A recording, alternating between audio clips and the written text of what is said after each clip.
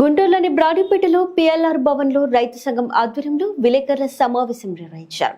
ఈ సందర్భంగా జిల్లా కార్యదర్శి కంచుమాటి అజయ్ మీడియాతో మాట్లాడారు. తొలగించి నీరు సక్రమంగా అందే విధంగా చేయాల్సిన బాధ్యత ఉంది. అది నీళ్లు లేనప్పుడే కాలువలు చేయాలి. అందుకని వెంటనే అది తొలగించాలా మొదటిది. అదేవిధంగా విత్తనాలు కూడా ఇవాళ జీలికలు కూడా సబ్సిడీతో ఇవ్వాల్సిన అవసరం ఉన్నది. ఎందుకంటే ఇవాళ పంటలకు సంబంధించి పచ్చి రొట్టుగా ఉండాలి అవసరం కాబట్టి జీలికలు తక్కువ రేటుతో వెంటనే ఇవ్వాలని చెప్పేసి చెప్తున్నాం. విత్తనాలు కూడా వెంటనే మిగిలిన విత్తనాలు అన్నీ కూడా ఇవాళ అందుబాటులో వచ్చే విధంగా చేయాలా. ఎందుకంటే ఇప్పటికే తెలంగాణ చూసాం, వాళ్ళు ముందు విత్తనాలు వేస్తారు కాబట్టి వాళ్ళ యంత్రాల కొరతతోటి గందరగోళ పరిస్థితి ఉంది. అదే పరిస్థితి కొనసాగకుండా మన రాష్ట్రంలో కూడా విత్తనాల కొరత చేసిన బాధ్యత ప్రభుత్వం మీద ఉంది. అంతేకాకుండా ఇవాళ ప్రకృతి వ్యవసాయం పేరుతోటి ఇవాళ రసాయన లేని పంటలు పండించాలని చెప్పేసి సేంద్రీయ పద్ధతిలో 40 రకాలకు సంబంధించిన మరి అవి ఒక కషాయం తయారు చేసి ఇవాళ పంటల మీద స్ప్రే చేసి దానివల్ల ప్రకృతి అంటే భూమిలో సారవంతం దెబ్బతినకుండా ఉండే విధంగా ఈ సేంద్రీయ పద్ధతి వ్యవసాయం బాగుంది. దీనివల్ల కేడర్ల పేరుతోటి ఈ గుంటూరు జిల్లాలో సుమారు 200 మందిని సిబ్బందిని గ్రామాల్లో వాళ్ళు సేంద్రీయ పద్ధతి వ్యవసాయం చేస్తూ అంటే రసాయనం లేని పంటలు పండిస్తూ మిగిలిన రైతులకు కూడా అవగాహన కలిగించే విధంగా ఆ కేడర్లను ఏర్పాటు చేయడం చేసింది.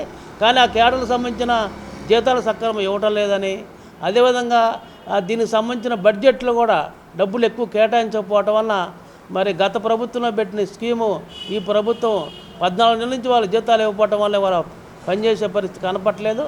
అందువల్ల వెంటనే ఈ సేంద్రీయ పద్ధతిలో ఈ ప్రకృతి వ్యవసాయాన్ని ప్రోత్సహించాలా, రసాయన లేని పంటలు పండించాలా. ఇవాళ వాతావరణ మార్పు రావడానికి ప్రమాదకరమైన రసాయనాలు వాడుతున్నారు. అంటే బాంబుల్లో వాడే రసాయనాలు ఇవాళ మందులు పొలాల మీద పిచికారి చేయటం వల్ల ప్రమాదకరంగా మారింది. కాబట్టి వెంటనే దీన్ని ప్రోత్సహించిన అవసరం ఉంది. అదేవిధంగా ఇవాళ ఆర్బీకే కేంద్రాలను కూడా విత్తనాలు నిల్వ ఉంచడానికి దాన్ని సఫిషియెంట్గా ఎక్కువగా వచ్చే విధంగా ప్రభుత్వ చర్యలు తీసుకోవాలా. ఇప్పుడు ఉన్న ఆపద్మర ప్రభుత్వం అయినా సరే అధికారులతో చర్చించి ఇవన్నీ కూడా వచ్చే విధంగా చేయాలా. రేపు 4వ తారీఖు తర్వాత వచ్చే కొత్త ప్రభుత్వం ఈ యొక్క వ్యవసాయం మీద వెంటనే చర్యలు తీసుకునే విధంగా చేయాలని చెప్పి, లేకపోతే గత ఏడాది వర్షాలు లేక ఒకసారి అధిక వర్షాలు ఒకసారి వలన ఖరీఫ్ రబీ 2 కూడా నష్టపోయిన పరిస్థితి. దీంట్లో దాదాపు గుంటూరు జిల్లాలోనే 60-70 ఎకరాలు బీడులుగా ఉంచే పరిస్థితి చూసాం. అందువల్ల ఈ ఏడాది వర్షాలు అధికంగా ఉన్నాయి కాబట్టి కాలువలు సక్రమంగా పారే విధంగా నీరు నిల్వ ఉండే విధంగా రైతులకు అందరికి కూడా సక్రమంగా అందే విధంగా చేయాలని చెప్పి, అదేవిధంగా ల్యాండ్ యాక్ట్ చట్టం ద్వారా మరి పూర్తిగా అందరు రైతులకే కాకుండా పట్టణ ప్రాంతాల్లో ఉన్న స్థలాలను కూడా నష్టం జరిగే యాక్ట్ దీన్ని తీసుకొచ్చారు. ఈ ల్యాండ్ యాక్ట్ వల్ల ఏదన్నా భూమికి సంబంధించి దానికి సంబంధించిన డాక్యుమెంట్స్ లేకపోతే ఏమైనా పెండింగ్లో ఉన్న అవన్నీ కూడా పూర్తిగా కార్పొరేట్ సంస్థలకు అప్పచెప్పే విధంగా ఈ చట్టం తీసుకురావడం జరిగింది. కేంద్ర ప్రభుత్వం దీన్ని బలవంతంగా మా రాష్ట్ర ప్రభుత్వం మీద రుద్దింది. ఈ రాష్ట్ర ప్రభుత్వం ముందుకొచ్చి భూ సర్వే పేరుతోటి ఇవాళ ల్యాండ్ చట్టం తీసుకురావడం, పాస్ పుస్తకాలు ముఖ్యమంత్రి ఫోటో పెట్టుకోవటం, అదేవిధంగా దాంట్లో అవకతవకలు ఇవాళ ప్రతి పాస్ పుస్తకాలు అవకతవకలు ఉన్నాయి.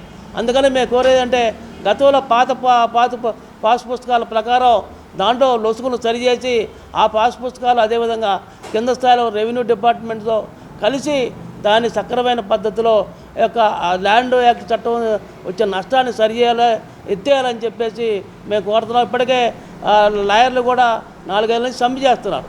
కారణం ఏంటంటే ఏదో రైతుకి ఈ ల్యాండ్ సమస్య ఉంటే కోర్టు హక్కు లేదు, కేవలం జిల్లా కలెక్టర్కి పై స్థాయి అధికారి పోవాలా. వాళ్ళందరూ కూడా ప్రభుత్వ అదిలో ఉంటారు కాబట్టి ఒకవైపే న్యాయం జరిగే అవకాశం ఉంది. కాబట్టి ల్యాండ్ యాక్ట్ చట్టం రద్దు అయ్యే విధంగా చేయాలని చెప్పి, రేపు ఎన్నికల తర్వాత దీన్ని సీరియస్ తీసుకోకపోతే రైతు సంఘాలుగా మేము మండల కమిటీలు వేసి దీన్ని రైతుల్లో ప్రచారం తీసుకెళ్ళి దీన్ని రద్దు అయ్యేందుకు కూడా ఆందోళన చేస్తామని చెప్పి కోరుతూ, ఇప్పుడు సీజన్లో ఉన్న అన్ని వ్యవసాయానికి సంబంధించిన పనులన్నీ కూడా జరిగే విధంగా ప్రభుత్వం నుంచి తోడ్పాటు అందించాలని చెప్పేసి మేము కోరుతా ఉన్నాం.